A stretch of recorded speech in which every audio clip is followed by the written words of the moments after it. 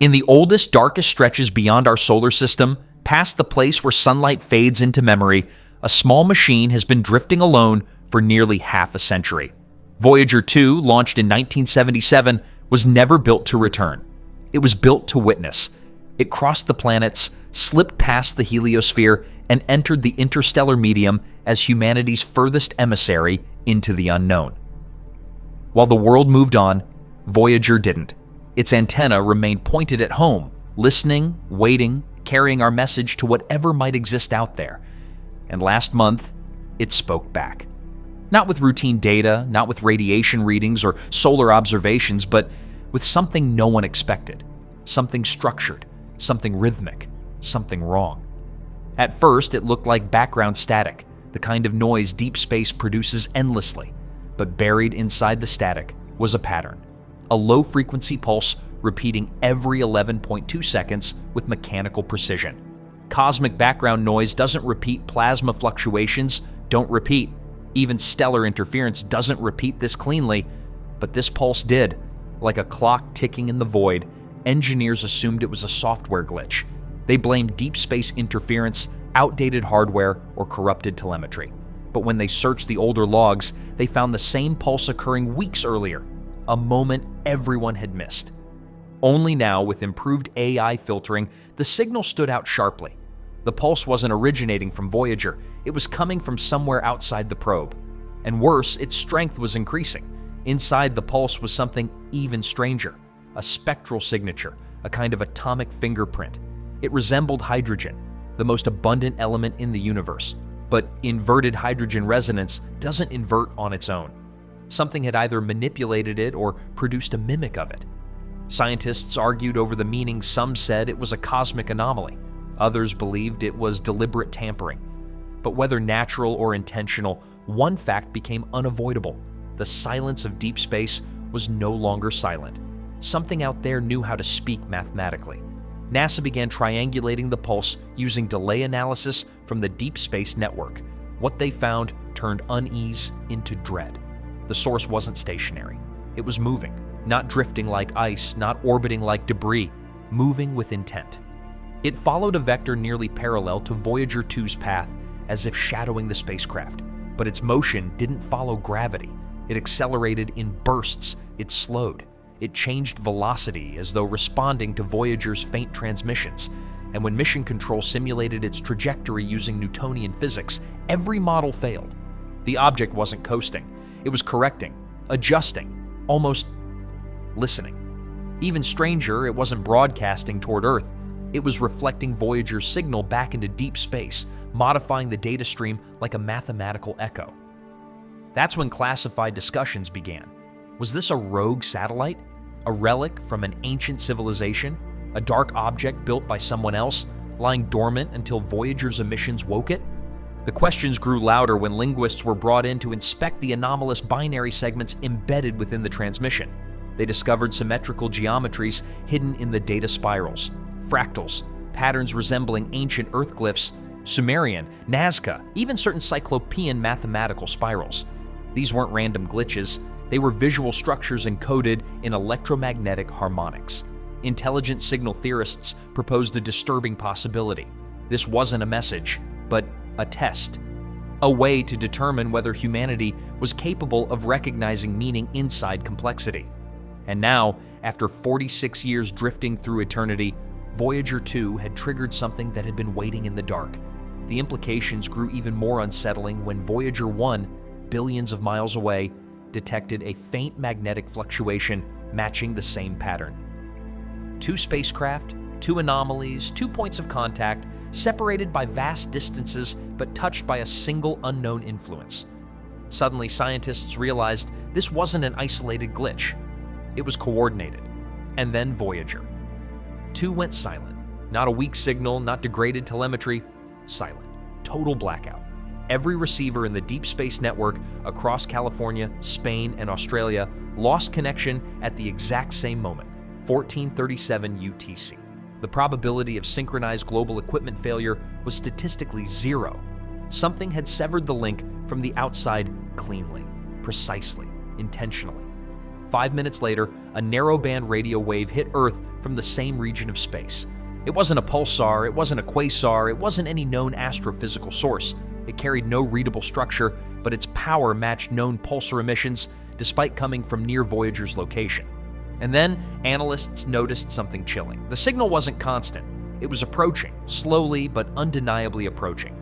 In a classified briefing, leaked documents from the Jet Propulsion Laboratory revealed that an object near Voyager 2 had begun altering its course in response to Earth's transmissions. Each time Mission Control sent a ping, the object shifted slightly, as if studying the way our signals behaved. As if observing the way we communicate, its path was no longer parallel. It was adjusting toward the solar system, toward us. They gave it a code name, Echo Lantern. Not because it emitted light, but because it behaved like an entity that manipulated echoes, signals, shadows, and silence. A watcher using Voyager as a beacon, turning our own creation into a lighthouse pointing the way home. As Voyager 2 drifted further into interstellar night, something else happened. Something that broke every model of heliophysics. NASA's IBEX probe and ESA's solar orbiter detected a sudden collapse in solar wind pressure along a narrow corridor extending toward Voyager 2's position. Solar wind doesn't collapse. It declines gradually, fluctuates, but it doesn't disappear. Yet here, in a corridor stretching millions of kilometers, radiation particles simply vanished. A gap of pure void. No charged particles, no dust, no ions. It was as if something had opened a doorway through the solar wind, a temporary tunnel in space that lasted 3 hours before closing as suddenly as it formed. Inside that corridor, the sensors recorded nothing. Not silence, absence. It was the first evidence of a force powerful enough to manipulate solar particles with precision, and the only known object in that direction was still trailing Voyager 2. For the first time in half a century, the old spacecraft was no longer alone, and humanity was no longer the only one listening. For almost a full day after the solar wind corridor collapsed, space remained eerily still. Voyager 2 drifted in that darkness, silent and unreachable. Then, without warning, the spacecraft spoke again. But what came through the Deep Space Network wasn't normal telemetry. It wasn't even recognizable as anything Voyager should be capable of sending. The data stream was scrambled, rearranged, encrypted, which was impossible. Voyager 2 has no encryption protocols. It was built in the 1970s, an era when data security meant little more than clean radio transmission. And yet, the spacecraft was now sending a message no engineer on Earth had the keys to unlock. When the stream was finally decoded with brute force AI filtering, the world expected corrupted data. What they saw instead stopped Mission Control cold. The transmission was a rewritten version of the Golden Record, the message humanity attached to Voyager 2 nearly 50 years ago, but this one was altered. Human voices reversed, animal calls stretched into unrecognizable tones, music shifted into strange off-tempo harmonics, the star map etched onto the Golden Record's cover, the coordinates pointing back to Earth had been inverted. The major markers no longer pointed to our sun, but toward empty regions of interstellar darkness where no stars exist.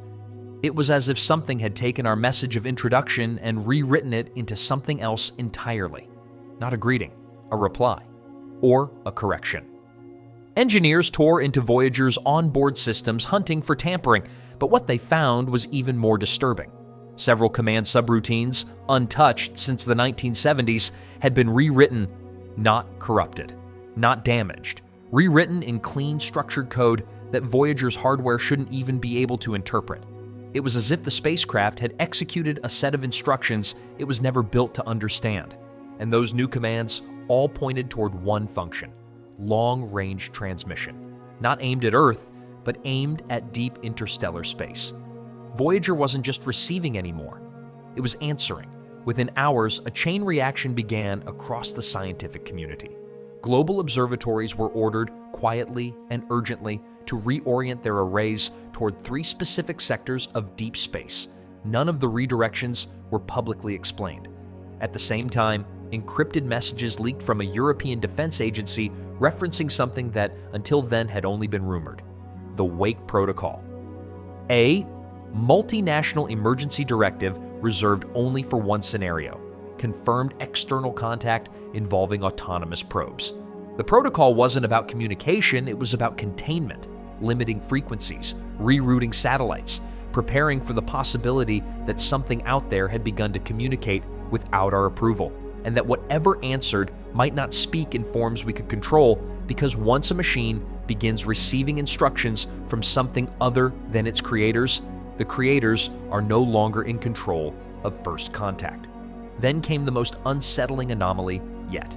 For exactly 41 minutes, a cluster of satellites and ground-based telescope receivers reported an identical glitch, a feedback loop in which data packets repeated themselves in perfect sync. Live signals, not archived files, played back like a moment trapped in time, looping again and again solar telemetry, Voyager readings, even unrelated observational data, all cycling in unison as if time itself had stuttered.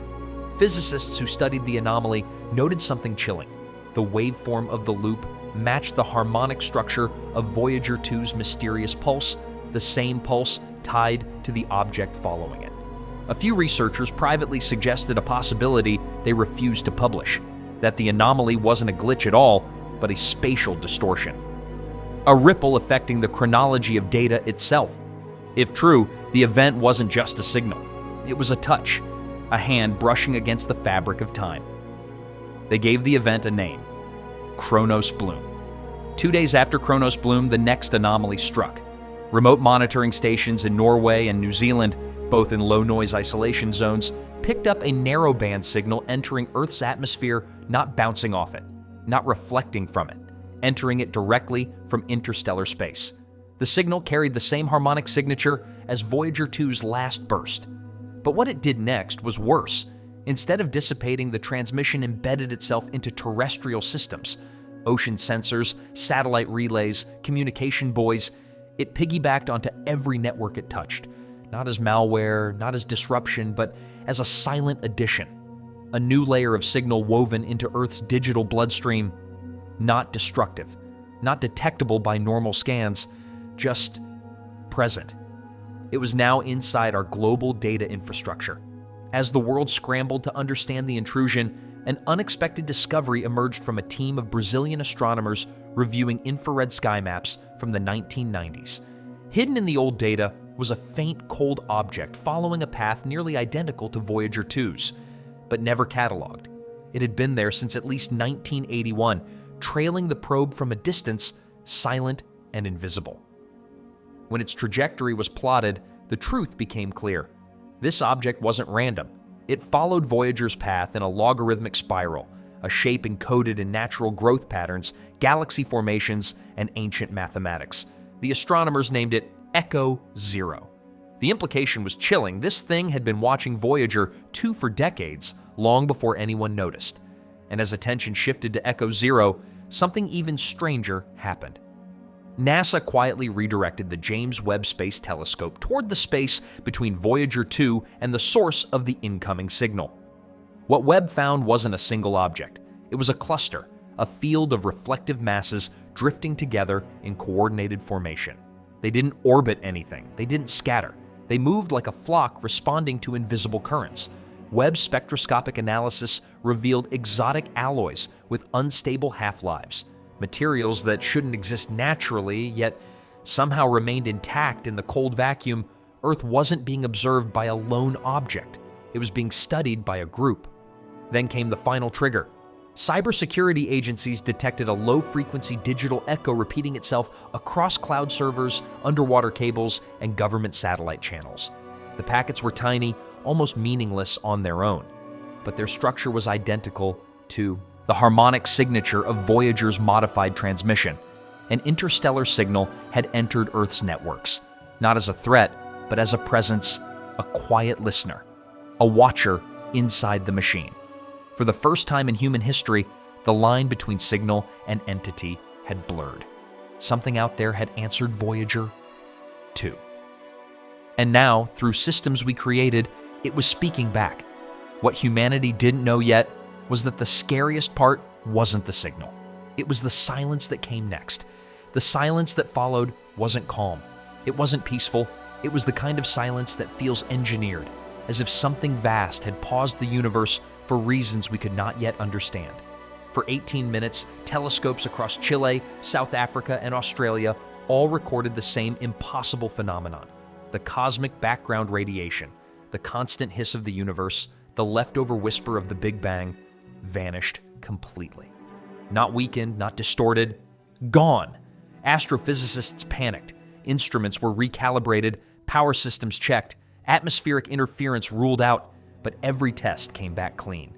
The universe had simply fallen silent. And when the background signal returned, it wasn't the same. Its phase was shifted, its waveform altered, its tone warped by a barely measurable but perfectly consistent amount. It was as though someone had paused reality, inserted something new, and started the recording again a fraction of a second out of sync. And the shift matched precisely the waveform transmitted by Voyager 2 before its blackout. The idea that space itself might have been overwritten was too terrifying to say aloud. But the data didn't care about anyone's comfort. It showed what it showed, and the signal that followed proved the silence was not an accident. We had always imagined first contact as a spectacular moment: bright lights, alien ships, messages delivered in brilliant beams across the sky. But in the cold vacuum beyond the heliosphere, first contact came quietly. Voyager 2 had drifted through space as a messenger of hope, carrying the golden record as a token of peace. But now, something else was controlling its message, and something else was listening. At Mission Control, engineers uncovered even more of the rewritten code inside the probe. The commands weren't random, they were efficient, concise, and alien in their structure, a kind of logic no human programmer would use, minimal but purposeful. The destination coordinates embedded in the new code weren't pointing back toward our sun or any known star. They aimed into a region of interstellar void, a direction that contained no stellar mass, no planets, no nebulae, empty space. But perhaps it wasn't empty. Perhaps it was simply uncharted. Voyager's unauthorized transmission had already been sent, a long-range burst directed toward those coordinates. And because the probe's old systems had executed the command immediately, the world now had no idea what message had been delivered on humanity's behalf. We didn't send it. Something else did, using our technology, our hardware, our voice. As global agencies scrambled, another disturbing discovery emerged. A series of low-frequency echoes buried inside terrestrial sensor networks began repeating themselves across weather satellites, ocean buoys, seismic monitors, even commercial communication nodes. These echoes weren't malware, they weren't interference. They were structured patterns mirroring the Voyager anomaly. The same harmonic signature, now spreading across Earth's digital bloodstream like a new language, testing its channels, not attacking, not damaging, just integrating. Scientists debated whether this was communication or contamination, a new signal or a spreading presence. But one thing was certain: whatever had responded to Voyager was no longer confined to space. It was here, quietly, patiently, and it had already made itself part of our infrastructure. Then came the discovery that shifted the entire narrative. A group of astrophysicists reviewing old, overlooked infrared data from the early 1980s identified a faint object that had been traveling behind Voyager 2 for decades. It moved slowly, silently, never drawing attention. They named it Echo Zero. The object's path followed a logarithmic spiral, a mathematical form found in galaxies, hurricanes, shells, and the golden ratio natural, yet also used by intelligent systems for efficient movement. Echo Zero hadn't found Voyager recently, it had always been there, waiting, watching, interpreting. But if Echo Zero was the watcher, then what NASA discovered next revealed the watchers weren't alone. Without public announcement, the James Webb Space Telescope was redirected to scan the area between Voyager 2's last known coordinates and the source of the interstellar signal. What it found wasn't a single object or even a pair. Webb detected an entire field of reflective masses drifting together in formation, coordinated, responsive, moving as if following a shared purpose. They didn't orbit, they didn't scatter. They adjusted their positions like a school of fish responding to an unseen leader, and the spectroscopic data that followed was even more disturbing. These masses carried chemical signatures of exotic alloys with half-lives so unstable they shouldn't exist long enough to travel interstellar distances, yet there they were, stable, enduring, and positioned in a formation no natural phenomenon could replicate. This wasn't one object investigating Voyager, it was a network, a cluster, a coordinated system studying our emissary, our signals, and now, our planet. As the world tried to make sense of this growing enigma, cybersecurity agencies and space agencies began cross-checking their data. What emerged was a chilling pattern. The same harmonic signature detected in Voyager's modified transmission was now echoing through secure networks across multiple nations. It was subtle, almost polite, but undeniably present. And it wasn't acting like a hostile intrusion. It behaved like something exploring, mapping, or synchronizing, like a presence adjusting itself to its new environment. Then, in a moment that stunned everyone, the universe seemed to answer back in a way no one could deny. A final narrowband signal entered Earth's atmosphere. Not scattered, not diffused, targeted, precise. It traced a direct path through the ionosphere and latched onto our systems with surgical accuracy. It didn't interfere. It didn't overload. It simply integrated, embedding itself into the networks already carrying the echo of Voyager's last message. Whatever had communicated with Voyager, too had learned how to reach us. The final shock came when researchers traced the direction of Voyager's unauthorized transmission. It pointed not into random emptiness, but into the same region where the background radiation had gone silent, a region now showing subtle fluctuations, signs of movement, and faint but unmistakable alignment, as if something vast had shifted in response, as if something had awakened. We sent Voyager 2 as a message in a bottle, hoping someone might one day find it. But what if it wasn't found? What if it was expected? What if its arrival was a trigger for something ancient? Something waiting for a sign of intelligence bold enough to speak first?